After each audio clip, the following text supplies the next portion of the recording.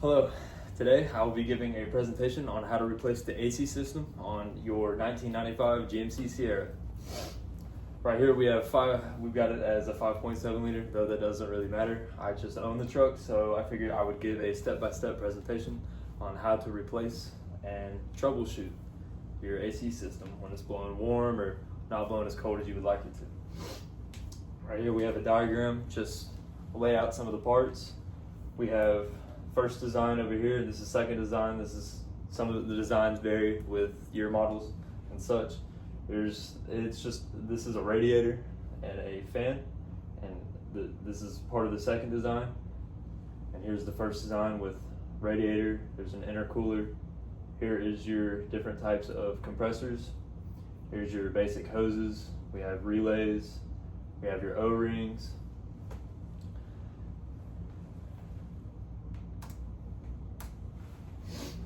Our training objectives is to learn how to safely remove the AC and replace the AC, understand the components such as the compressor, accumulator, and the orifice tube, and how to recharge and test the system properly after you have replaced the AC system or refilled the Freon.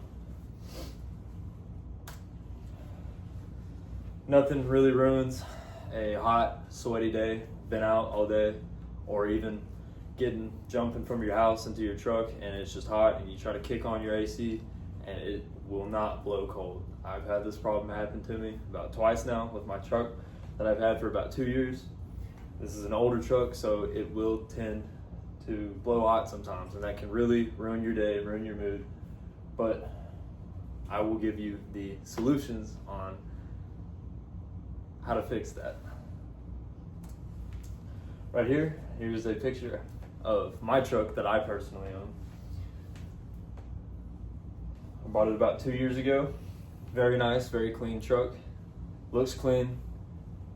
Engine bay not so clean. It has its problems. AC tends to be one of the most common problems. An overview of the AC system. We have our compressor, which is basically the heart of the whole system. We have our accumulator, which is our filters out the bad, the gunk, because if you get gunk in your lines or anything happens, it'll shut the system down like that and it will start blowing warm. We have the orifice tube, which is our metering device, which basically sends signals to our ECU, our computer, and tells it how hot or cold it's blowing, and sometimes that can throw off the system and make it kind of funky. We also have our condenser and evaporator. And we have some memory aid up here. We have CAO, which is our three main components. We have compressor, accumulator, and orifice tube. Now, diagnosing the problem can be really easy. If we have common symptoms, we have warm air, no clutch engagement, which basically on your compressor, your belts are spinning and you have a fan clutch. It's pretty front and center, and you can tell whenever the AC kicks on, that clutch is supposed to spin, and sometimes it doesn't. We also have visible leaks. We have our tools that we can use to diagnose these problems are manifold gauges, UV dye, and UV light. Right here we have a pretty good representation of what your Freon will look like if you're leaking, and it tends to spit and spatter over some hoses and things. Now, your Freon is basically the cooling component, which flows to your system and cools the air down and blows cold air at your face when on a really hot day.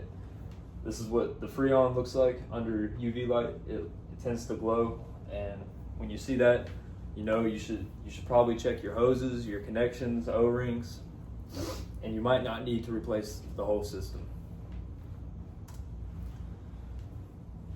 We need step 2, prepare for the job. Here we have a compressor, we have our gauges, checkers, we have vacuum pump oil. Basically, once you have refilled your system, you need to pull a vacuum on it, which is the most important step. And this is basically what you use to pull a vacuum. These are your gauges to see how much vacuum you have when you need to stop, basically. Our parts here is compressor, accumulator, orifice tube, like always, we need our tools. We need some oil, R134A. We need some line wrenches, vacuum pump, gauge sets. It's all very simple stuff, not too expensive. You could probably go to your local O'Reilly's and pick this stuff up for pretty cheap, or rent it off of them for pretty cheap. Our third step, we need to start removing old parts. This is only if you do not have a Freon leak and your clutch isn't spinning, or you have some bad issues with radiators, etc. First thing, we want to remove our belt to our compressor, and we want to disconnect our battery, so that way we don't get shocked in the middle of trying to do this. That would not be very pleasant. Does not feel good, I promise. We need to unbolt and remove our compressor. Right here, we see our compressor. This little triangle right here that is the fan clutch, which is a good representation of that. That should be spinning when your AC is on. If it's not, you need to replace your compressor. I have a compressor on deck that I can show. This is not for the truck, but this is for an 07 Ford Focus. Need to replace the compressor on that because old cars like to not blow cold air on you when you want it to. This is the compressor itself.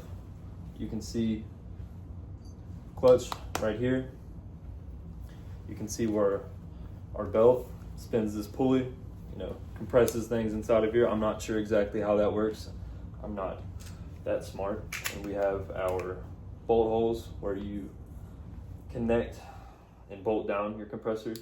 Right here we have where you put your oil into your compressor, because keeping things lubricated, especially with this many spinning parts, is also a very important part of the process.